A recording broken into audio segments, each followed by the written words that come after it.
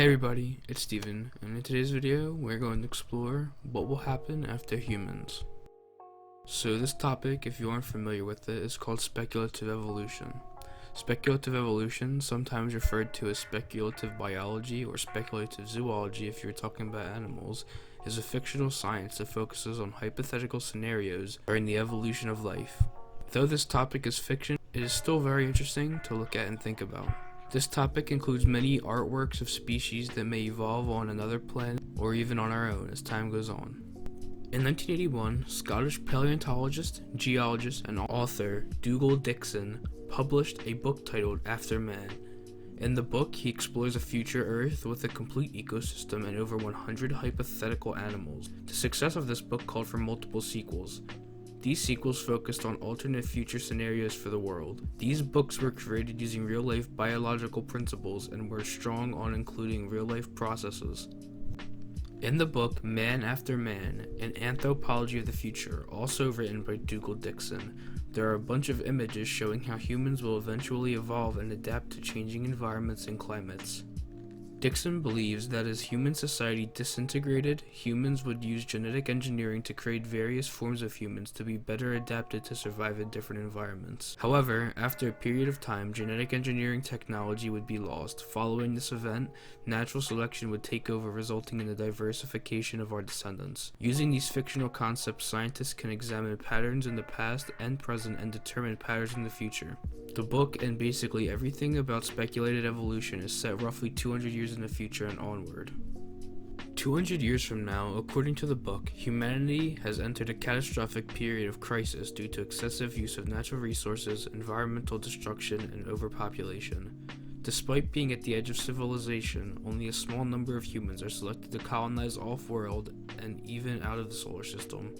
They did this using huge generational ships. With the use of genetic modification and manipulation of human genomes, two human species are created as workers.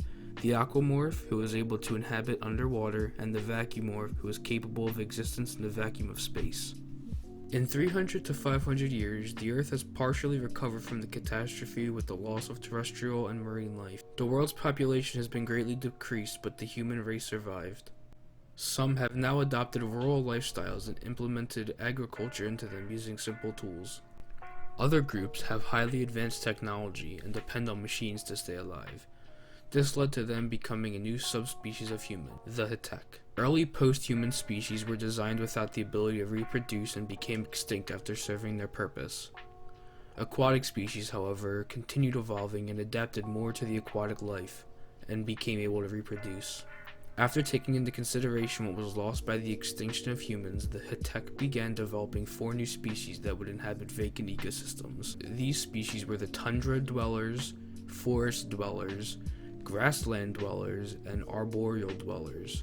Over more time, the same manipulation that led to the 4 new species also started to improve upon artificial organs. This resulted in the birth of even more subspecies. These were the tick. Corpulent, amorphous, grotesque beings with an unnatural number of limbs.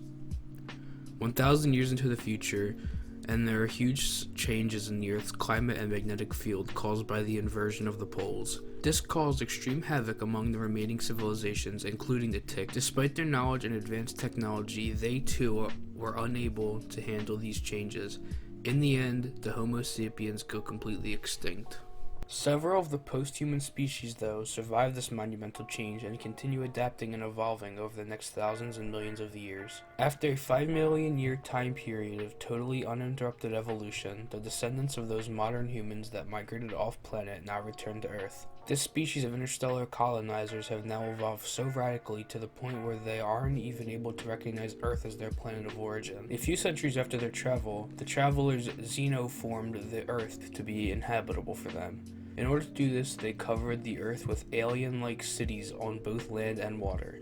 This completely devastated the terrestrial biosphere, drastically changed the atmosphere, and even modified parts of the post-human fauna to transport food or work needs by genetic engineering and the fusion of mechanical parts. This resulted in the creation of a bunch of cyborg servants. Eventually, the travelers leave Earth and search for other worlds to collect resources. When they left the world in ruins.